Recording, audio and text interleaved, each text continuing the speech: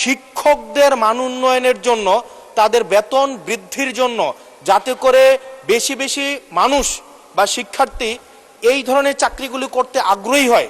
তাদের সম্মানই বাড়ানো প্রয়োজন বলে আমরাও মনে করি এবং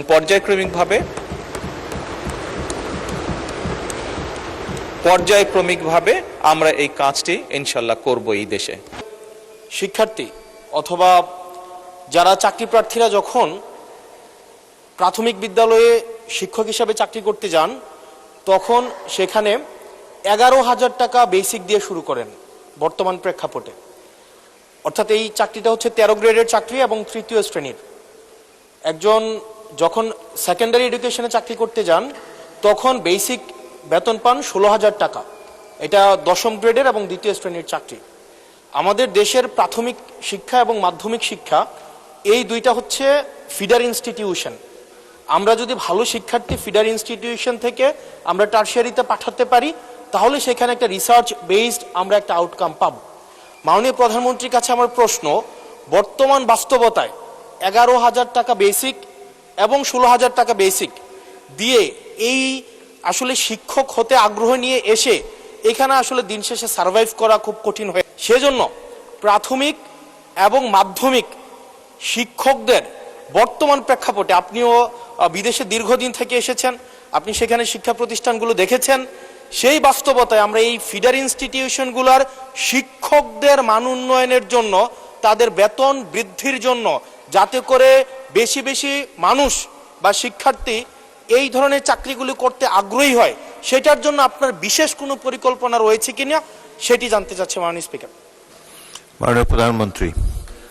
মাননীয় স্পিকার, আপনাকে ধন্যবাদ এবং জনাব হাসনাত আপনাকেও ধন্যবাদ আপনার প্রশ্নের জন্য। আপনি নিশ্চয়ই খেয়াল করেছেন এই বাজেট সেশনে আপনি উপস্থিত ছিলেন এবং আমার এই প্রথম প্রশ্ন যেটা ছিল মূল প্রশ্ন, সেখানে আমি বলেছি যে এই বাজেটে টোটাল জিডিপির 2% আমরা শিক্ষার জন্য রেখেছি এবং শুধু তাই নয়, আমাদের যেটি পরিকল্পনা আছে, আমরা পরিকল্পনা মতন যদি আগাতে পারি ইনশাল্লাহ আমরা শিক্ষা খাতে বাজেট 5 বছর শেষে 5%-এ নিয়ে যেতে চাই। এবং অবশ্যই এগুলো আমরা যখন দেখেছি স্বৈরাচারের সময় শুধু বিল্ডিং হয়েছে কিন্তু হিউম্যান রিসোর্সের কোনো উন্নতি হয় নাই। আমি আপনার সাথে সম্পূর্ণ একমত যে আমরা যদি আমাদের প্রাইমারি এবং সেকেন্ডারি এই শিক্ষকদেরকে যদি আমরা সঠিকভাবে ট্রেনিং দিতে না পারি, কিন্তু শুধু ট্রেনিং না, ট্রেনিংয়ের সাথে তাদেরকে তাদের সম্মানীয় যদি বৃদ্ধি করতে না পারি, তাহলে অবশ্যই আমরা প্রত্যাশা করি না যে তারা ভালো কিছু ডেলিভার করতে পারবেন। আমাদের তাদেরকে প্রশিক্ষণ দেওয়ার যেরকম কর্মসূচি রয়েছে, প্রশিক্ষণ দেওয়ার যেরকম পরিকল্পনা রয়েছে বোথ সেকেন্ডারি অ্যান্ড প্রাইমারি, একই সাথে পর্যায়ক্রমিকভাবে আমরা যাতে তাদের সম্মানীয় বৃদ্ধি করতে পারি। আমরা অনেক সময় দেখেছি প্রাইমারি স্কুলের টিচাররা, এই সংসদের দাঁড়িয়েও আমি বলেছি যে অনেক সময় আমরা এখনও দেখি যে প্রাইমারি স্কুলের শিক্ষকরা তাড়াতাড়ি করে ক্লাস করিয়ে হয়তো আরেকটি একটি কোনো জবে অথবা কৃষিকার্যে যেটাই হয় একটি সেকেন্ড জবে তাকে যেতে হয়, তা না হলে তার জন্য সংসার চালানো কষ্টকর হয়ে যায়। সেকেন্ডারি স্কুলের ক্ষেত্রে আমরা অনেক শিক্ষকের ক্ষেত্রেই দেখেছি এরকম ঘটনা ঘটে।